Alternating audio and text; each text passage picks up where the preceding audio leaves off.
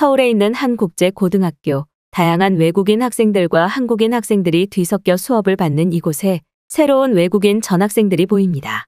불만족스러운 표정을 짓고 있는 외국인 학생들은 이내 한국인 선생님의 안내를 따라 고등학교 내부로 들어가게 되는데요. 그런데 바로 그 순간 한 외국인 학생은 이게 진짜냐며 한국인 선생님에게 반복된 질문을 건네고 옆에 있던 외국인 학생들도 메고 있던 가방까지 던져버리고는 이런 건 처음 본다면서 날뛰기 시작합니다. 과연 전학생 외국인 학생들은 한국의 고등학교에서 무슨 일을 겪은 것일까요? 안녕하세요. 저는 독일의 국제학교 학생으로 재학하고 있는 마리암이라고 합니다. 독일에서는 몇 없는 베를린에 있는 저희 국제고등학교는 독일 내부에서 유일하게 한국의 고등학교와 학업 연계가 되어 있는 굉장히 유명한 학교인데요. 그런데 얼마 전 저희 반 전체가 한국 고등학교로의 단체 교환학생 전학으로 지정되었고 저를 포함한 몇몇 학생들은 강제로 한국의 고등학교로 전학을 가게 되었습니다. 사실 저희 학교는 일본과도 학업 연계가 되어 있는데 한국보다는 일본으로의 교환 전학이 더 인기가 많아서 대부분의 학생들은 일본의 고등학교로 교환 전학을 가기를 원하는데요. 그래서 그런지 이번 한국 고등학교 교환 전학은 저를 포함한 3명의 학생들만 가게 되었고 저도 한국 고등학교로의 교환 전학이 그렇게는 썩 끌리지 않았습니다. 약 1년 정도 한국에서 생활하며 고등학교 생활을 해야 되는 것이기에 이왕이면 조금 더 살기 좋고 깨끗한 나라로 가고 싶었지만 한국을 잘 모르고 있던 저와 같은 반 친구들은 왜 일본이 아닌 한국을 가야 되냐며 불만이 많았죠. 하지만 교환 전학 담당 독일인 선생님께서는 자신이 일본과 한국을 둘 다 경험해봤는데 무조건 한국으로 가는 것이 더 좋은 경험이 될 것이라면서 저와 학생들을 교환 전학 발표 2주일 만에 부모님의 동의를 받아 강제로 한국으로 보내고 말았습니다. 한국으로 가는 날 독일 공항에 도착한 저와 친구들은 후진국 한국으로 가서 공부를 못해지거나 멍청해지면 어떻게 하냐며 불만을 표출했으나 결국 정해놓은 비행기 시간에 맞춰 한국행 비행기에 탑승하게 되었습니다. 그런데 약 15시간 뒤 도착한 한국은 저희의 예상과 달라서 처음부터 상당히 당황하게 되었는데요. 한국의 공항은 독일과 달리 대부분의 시설들이 휴대폰 하나로 작동할 수 있는 디지털 공항으로 운영되고 있었고 심지어 입국 절차에서마저도 저희 독일 부모님 보호자들의 입국 심사를 전자서명으로 전부 받아놓은 상태라면서 저와 친구들이 알지도 못하는 사이 모든 입국 심사가 끝난 상태였습니다. 독일에서는 한국으로 떠나는 출국에만 해도 거의 7시간이 걸리고 엄청나게 많은 고등학교 문서 자료들을 입증해야만 했는데 한국에서는 종이를 들고 다니는 것 자체가 멍청하게 느껴질 정도로 이러한 모든 것이 디지털 서명으로 제어되고 있었죠. 처음 겪어보는 시스템에 저와 친구들은 당황할 수밖에 없었고 특히나 인생에서 처음 겪은 해외의 나라가 바로 한국이었기에 더욱더 충격을 받을 수밖에 없었습니다. 그런데 입국 심사를 마친 한 친구는 공항에 화장실을 다녀오더니 저희에게 지금 당장 같이 화장실로 가봐야 될 것 같다면서 호들갑을 떨었고 실제로 공항에 화장실에 들어간 저와 친구들은 이게 진짜 후진국이 맞냐는 생각이 들었는데요. 한국의 공항 화장실 내부에는 놀랍게도 어린아이들을 배려해 따로 용변 처리를 할 수 있는 특수 화장실이 화장실 내부에 설치되어 있는 것은 물론 너무나 신기하게도 손을 씻는 세면대가 자동 센서로 제어되고 있었기 때문입니다. 제일 처음 화장실을 사용했던 친구는 자신이 손을 씻으려 했지만 한참 동안 물을 어떻게 틀어야 되는지 몰라 옆에 있던 한국인을 지켜봤는데 그저 손을 세면대 중앙에 가져다 대니 물이 나왔다는 충격적인 설명을 이어나갔는데요. 저와 친구들은 거짓말을 하지 말라며 말도 안 된다고 했지만 실제로 세면대 중앙에 손을 가져다 대자 자동으로 물이 나왔고 심지어 손의 위치를 움직이면 따뜻한 물이 나오기도 했습니다.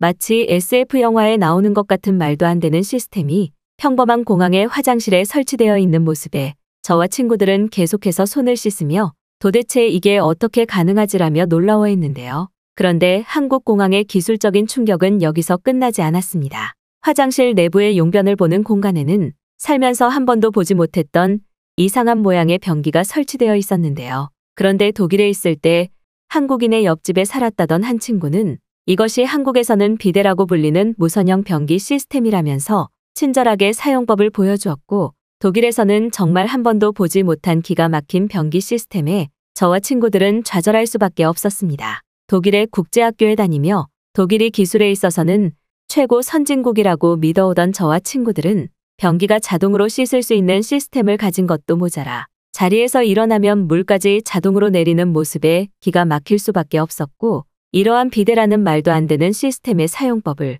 동영상으로 찍어 독일에 있던 친구들에게 보내주기까지 했어요. 그런데 비데의 사진을 찍으며 놀라워하고 있을 때 한 한국인 여성분이 다가오시더니 마치 화장실을 사용하시려는 다급한 표정을 보이셨고, 저와 친구들은 바로 물러설 수밖에 없었습니다. 놀랍게도 한국인들에게는 이러한 화장실 시스템 자체가 너무나 익숙한 듯 보였고, 실제로 화장실에 있던 한국인분들은 모두 평범한 표정을 보인 반면 저와 같은 몇몇 외국인 여성분들은 손을 씻는 세면대에서 당황하는 모습을 볼 수 있었죠. 한국이 별것 없는 나라일 거라고 생각했던 저와 친구들은 바로 그때부터 독일의 학교에는 도착했다는 연락조차 하지 않고 저희 마음대로 한국을 즐겨보자는 즉흥적인 계획을 세우게 되었습니다. 하지만 한국인 가이드가 필요했던 저희는 어쩔 수 없이 교환전학 학교로 지정되어 있던 한국인 담당자 선생님분에게 먼저 연락을 드렸고, 저희의 계획을 설명해드리고 도와드릴 수 있는지 여쭤보았는데요. 저희의 말을 들은 한국인 선생님께서는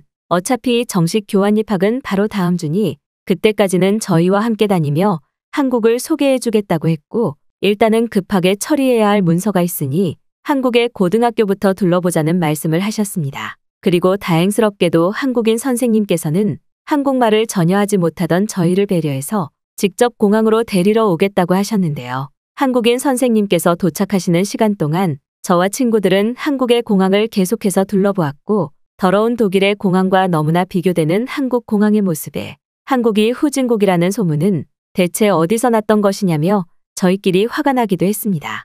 약 20분 뒤 도착한 한국인 선생님께서는 엄청나게 좋은 외제차를 타고 오셨는데 저와 친구들은 그러한 모습에도 큰 충격을 받았는데요. 고급차가 많다고 알려진 독일에서도 오히려 대부분의 독일인들이 가난한 경제 상황 때문에 차가 없는 경우가 많은데, 한국에서는 너무나 평범한 듯 선생님까지도 이러한 좋은 차를 타고 오셨기 때문입니다. 이미 그때부터 저와 친구들은 일본이 아닌 독일을 선택했다는 사실에 옳은 선택이었다며 방방 뛸 수밖에 없었고, 앞으로 한국에서 1년 동안 지내는 날들이 얼마나 재밌을까라는 생각마저 들더군요. 채윤이라는 이름을 가진 한국인 선생님께서는 차를 타고 가면서 한국의 길거리에 보이는 것들을 하나하나 설명해 주셨고, 창문 밖으로 보이는 엄청난 인프라를 가진 한국의 도시 모습과 빌딩들은 저와 친구들의 가슴을 두근거리게 만들었습니다. 고작 고등학생밖에 되지 않은 저희에게는 독일보다 한국이 더욱 배울 것이 많고 넓은 나라처럼 느껴졌고, 독일과 매우 다른 한국의 경쾌하고 안전한 도시의 모습은 한국을 경험한 사람들만 알 수 있는 귀중한 정보나 다름없었죠. 그렇게 약 30분 뒤 채윤 선생님과 저희는 한국의 국제고등학교에 도착하게 되었습니다. 그런데 학교 주차장에 차를 주차하고 내리신 선생님께서는 뜬금없이 저희에게 이제부터 제일 중요한 공간을 소개해 주겠다면서 기대하라는 말씀을 하셨는데요. 저와 친구들은 당연히 1년 동안 수업을 듣게 될 교실이겠거니 생각했지만 선생님의 뒤를 따라 한 건물에 들어간 순간 저와 친구들은 서로의 얼굴을 쳐다보며 당황할 수밖에 없었습니다.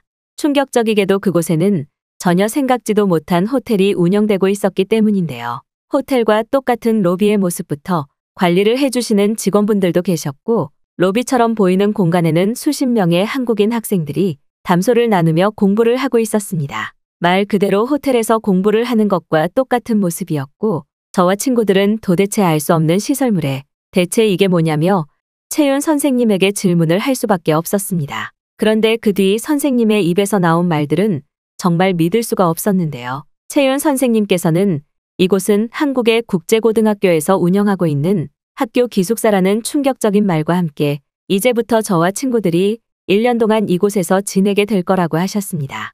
상식적으로 대학교나 게스트하우스에 이러한 기숙사가 있다는 것은 들어보았지만 고등학교에서 호텔 로비를 가진 기숙사 시스템이라니, 독일에서는 나라 자체가 돈이 없어서 학교에 물을 마시는 정수기조차 없는 것이 현실인데, 한국은 멀리서 오는 저와 같은 학생들을 위한 호텔형 기숙사가 엄청나게 고급화되어 있는 시설들로 운영되고 있었죠. 실제로 기숙사 로비를 자세히 살펴보니 한국인 학생들은 저마다 자유롭게 간식거리들을 먹으면서 공부를 하고 있었고, 저희를 발견하자마자 반갑게 영어로 인사를 건네주었습니다. 채윤 선생님께서는 저희와 같은 외국인 학생들뿐만 아니라 지방 소도시들에서 오는 한국인 학생들도 매우 많아서 그 학생들을 위한 기숙사 시스템이라면서 기숙사 내부의 모든 커뮤니티 시설과 샤워 시설, 심지어는 공부를 할 수 있는 독서실과 침실까지 있기에 이곳에서 1년 동안 지내기에는 전혀 무리가 없을 거라고 하셨는데요. 오히려 학교 근처에 사는 한국인 학생들이 더욱더 이러한 기숙사 시스템을 원하고 있다면서 고등학교의 기숙사 시스템을 가진 나라는 그렇게 많지 않을 거라는 자부심의 설명까지 이어나가셨습니다. 채윤 선생님의 뒤를 따라 구경한 한국 고등학교의 기숙사는 그야말로 충격적이었는데요. 그 중에서도 제일 놀라웠던 사실은 학교 기숙사 내부에 24시간 무료 프린트를 할 수 있는 프린트 카페가 있었다는 사실입니다. 살면서 프린트 카페라는 것을 들어본 적이 없었던 저와 친구들은 시간 제약 없이 컴퓨터를 이용해 마음대로 프린트물을 뽑을 수 있는 시설물과 바로 옆에 있는 에스프레소 커피 머신에 큰 충격을 받았죠. 한국이 얼마나 부자의 나라이면 프린트에 대한 비용도 받지 않는 것이지라는 말을 하면서 저와 친구들은 눈앞에 보이는 물건들을 신기하게 구경하기 바빴고 앞으로 이러한 기숙사 시설을 이용할 수 있다는 사실에 설레기만 했습니다. 그런데 채윤 선생님께서는 놀랍게도 한국에서는 길거리 곳곳에 이러한 프린트 카페가 24시간으로 운영되고 있다면서 그렇게 놀라워할 일은 아니라고 하셨는데요. 실제로 독일에서는 단 몇 장의 프린트물을 복사하더라도 무조건 중심 도시로 가야 되거나 이마저도 저녁 6시가 넘으면 치안상의 이유로 프린트를 뽑는 것이 불가능한데 한국은 이러한 제약 자체가 없었습니다. 당연히 프린트물을 뽑는 것에 제약이 없으니 자유롭게 공부를 하는 시간에도 제약이 없었고 저와 친구들은 왜 한국이 교육열이 넘치고 똑똑한 사람들이 많은 것인지 그제서야 이해가 되기 시작했어요. 한국인들이 똑똑한 것도 있겠지만 가만히 생각해보니 한국은 공부하기에 최적의 환경을 가진 최첨단 나라였습니다. 언제 어디서나 안전한 도시인 것도 모자라 학생들은 공부를 위한 편의시설을 매우 저렴한 비용으로 사용할 수 있었고 심지어 멀리서 오는 학생들을 위한 이러한 고등학교 기숙사 시스템까지 있다니 독일 국제학교에서 건너온 저와 친구들에게는 신세계나 다름이 없었죠. 특히나 더욱 놀라운 것은 프린트물을 모두 복사하는 시간에 10초가 걸리지 않았다는 사실입니다. 채윤 선생님이 직접 어떻게 기숙사의 프린트 카페를 이용해야 되는지 보여주셨는데 그 시간은 고작 5초 정도밖에 되지 않았고 저와 친구들은 당황할 수밖에 없었죠. 진짜 그 짧은 시간에 모든 복사가 완료된 것이냐고 물어보았는데 채윤 선생님께서는 조용히 프린트물을 들어서 보여주실 뿐 별다른 설명이 없으셨습니다. 그 뒤 완전히 한국 기술의 매력에 빠진 저와 친구들은 선생님의 안내로 볼 수 있었던 한국 고등학교의 기숙사 시스템에 눈이 뒤집히고 말았는데요. 놀랍게도 그저 고등학교 기숙사에 불과했지만 그 내부에 존재하는 시설들은 독일의 5성급 호텔과 다름이 없었습니다. 아늑한 침대와 엄청나게 크고 넓은 샤워실, 심지어 따뜻한 물까지 틀면 바로 나오는 시스템은 독일이 이렇게 후진국이었나 느껴질 정도로 한국이 엄청난 기술력을 가진 것처럼 느껴졌습니다. 그리고 놀랍게도 기숙사 내부에는 학생들을 위한 독서실까지 있었는데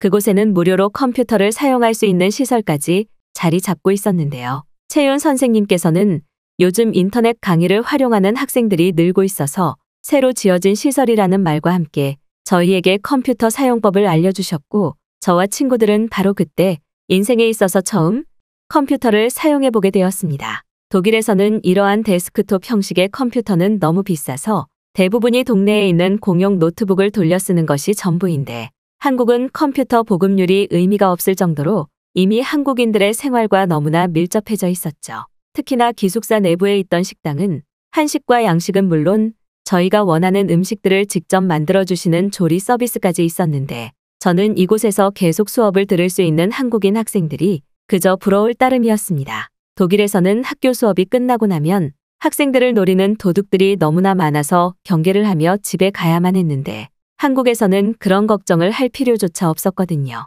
그런데 더욱 충격받은 것은 바로 고등학교에 있던 교실이었습니다. 한국의 교실에는 놀랍게도 디지털 스크린으로 이루어진 칠판이 교실 중앙에 자리 잡고 있었고 채윤 선생님은 요즘 환경을 생각하는 이러한 디지털 학업 시스템이 대부분의 고등학교에 적용되어 있는 상태라며 디지털 스크린이 가시성도 좋고 쾌적해서 학생들도 좋아한다고 하셨는데요. 저와 친구들이 평생을 공부해오던 독일의 고등학교에서는 아직도 분필 가루가 날리는 다소 쾌적하지 못한 환경에서 수업을 듣는데 한국의 이러한 디지털 시스템은 분필 가루가 날릴 일은 없는 것은 물론 쓰고 지우는 것에도 너무나 편해서 수업의 속도도 2배 이상 빨라 보였습니다. 독일이 기술의 나라라고는 하지만 한 번도 보지 못한 이러한 교실 학업 시스템에 저와 친구들은 계속해서 사진을 찍어 독일에 있는 친구들에게 보여주었고, 일본으로 교환 전학을 갔었던 친구들은 아직 일본의 교실은 분필을 쓰고 있는데 한국은 도대체 뭐냐면서 굉장히 놀라워했어요.